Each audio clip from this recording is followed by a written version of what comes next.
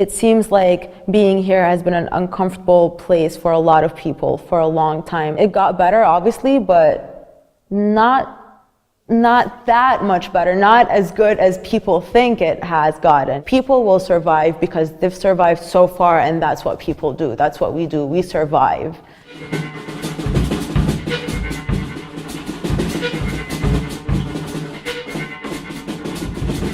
I think something that a lot of people here forget is that whatever happens here in the States affects the rest of the world, and it definitely affects the Middle East, it definitely affects the part of the world where I came from. Moving here, I feel like I'm so other. I feel like I'm constantly being reminded of my status as an outsider here. I can't go home and be myself, and I can't live here and be myself. When you've already been displaced, and you start feeling like you're running out of places to run to, like what do you do then?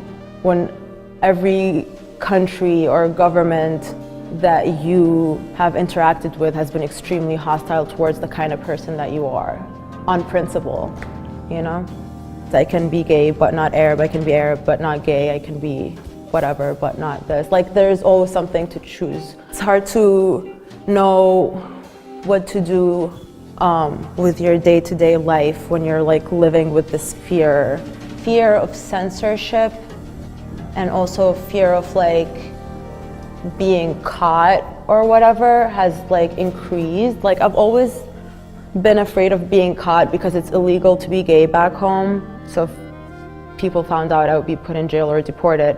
And now it's that same fear here, like maybe if I'm too Arab, they're gonna be like, okay, go back to where you came from. Like, we don't need you, we don't need more of you or whatever. So I feel like I have to push really hard against this instinct to be cautious and to censor myself. And I have to remind myself that the only way out of a bad situation is through it. And the only way I know how to deal with a bad situation is to write as honestly as I can about it. I do think that some of us have the responsibility to use our voices, especially if we know people or love people that aren't allowed to use their voices.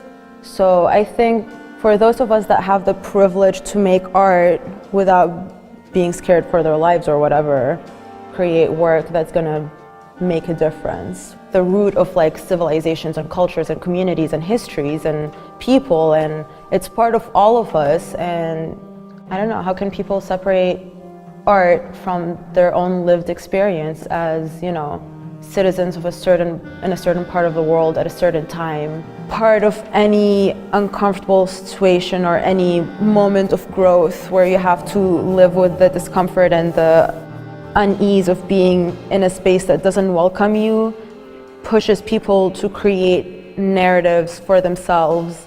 My story might not be anywhere in the world right now, but it's in me, and so I create my story, I put it out in the world, and I hope that other people will feel like they're not alone. And I think a lot of people have the same instinct right now, which is great. Seeing people come together as a community, like come together as a family.